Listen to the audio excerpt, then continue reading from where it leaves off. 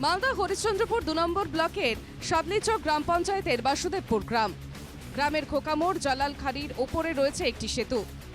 বহুদিন ধরে বেহাল অবস্থা বাংলা বিহার সংযোগকারী এই সেতুটির। ১৫ বছর আগে ভেঙে গিয়েছে সেতুর রেলিং। ২০১৭ সালে বন্যায় বড় মাপের ক্ষতি হয়েছিল সেতুটির। যে কোনো সময় ঘটতে পারে বড়সড় দুর্ঘটনা।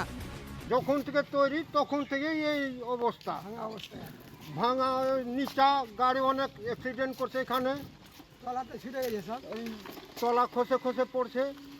এই কোন সময় ভাঙবে কোনো গ্যারান্টি নাই, আজকে কালকে ভাঙতে পারে। দ্রুত সেতু ও রাস্তা পরিদর্শন করা হবে বলে জানান হরিশ্চন্দ্রপুর ২ ব্লকের বিডিও তাপস কুমার পাল। এই সেতুটার কথা আমি শুনেছি, দুদিন হলো শুনেছি। আমি প্রধান সাহেবের সাথে কথা বলছি, মানে কনসার্ন প্রধান সাদলিচক জিবির এনএস সাহেবের সাথে কথা বলেছি, কিন্তু ওর একটা টেন্টেটিভ এস্টিমেট আমরা করেছি, করে দেখেছি যে ওটা জিবির তো অ্যাকচুয়াল অ্যানুয়াল অ্যাকশন প্ল্যানেও ধরা নেই, আমাদেরও নেই।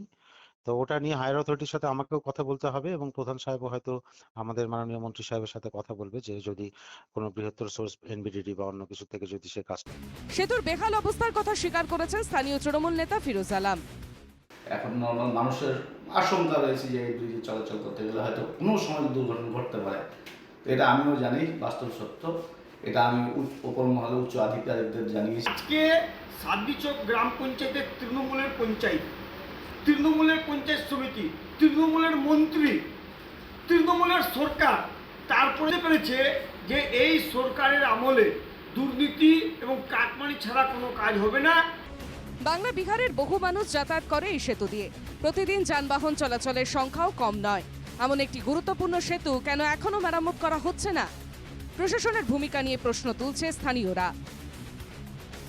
মালদা থেকে নারায়ণ সরকারের রিপোর্ট, এনকেটিভি বাংলা।